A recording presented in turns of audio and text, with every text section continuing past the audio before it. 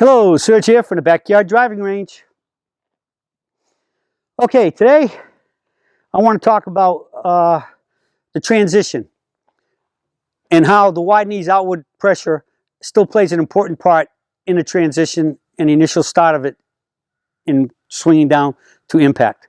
All right? I personally have had a little bit of problem with this in that most people, every now and then somebody thinks you're supposed to hold outward pressure all the way to impact and nothing moves. All right? But once I've always said that once the right hand arm and shaft reach the right knee, then the legs, the foot should start to fire up and the knee firing towards the target. All right.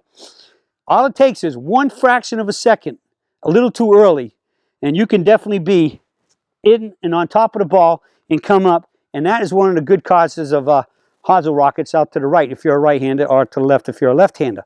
All right.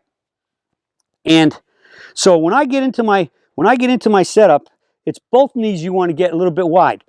Just stretching the inside muscles from the inside of the knees, your inside thigh muscles, all the way up to about your groin. And I got to the point where I was getting a little lazy with the right knee just kind of like hanging there instead of having it out in line. See right here? It's not pressed inward, but it was just there. It didn't have that stretch in that right leg. And conversely, when I was just there, it started firing a little bit too soon.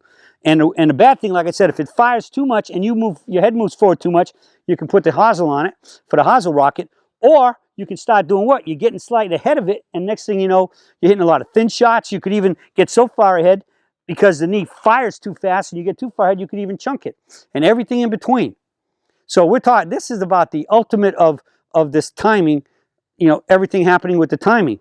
Because again, once I get here, so the big thing was that I had to remember that I had to get that final last little stretching in here where the right kneecap was pointing out there, not kind of just straight forward. I had it to there, and then once it did that, just that much keeps the club into the ball a little bit more, or behind the ball, keeps me behind the ball, so my arms can straighten up at impact. And we're talking here maybe 1,000th of a second, a blink of an eye. But that blink can cause a lot of damage if that knee fires too soon. Just like it can cause damage again if it doesn't fire, if you hold back and hang back. But realistically, if you have good alignment and you're keeping your swing short, and when you ring that bell and bump, everything's going to go. The key is just that little bit of there from there, just from there to there, where you get that more stretch, is going to have that fraction of a second longer where you're going to hit the ball much more solid and straight. Okay? So this is a timing issue. If you've been hitting a lot of thin shots and everything else, just get those knees wide. Remember, feet shoulder wide at the ankles is the widest we ever want to be. Just stretch the knees where you feel like you're building straight up and down, and just keep them there. Once you set up,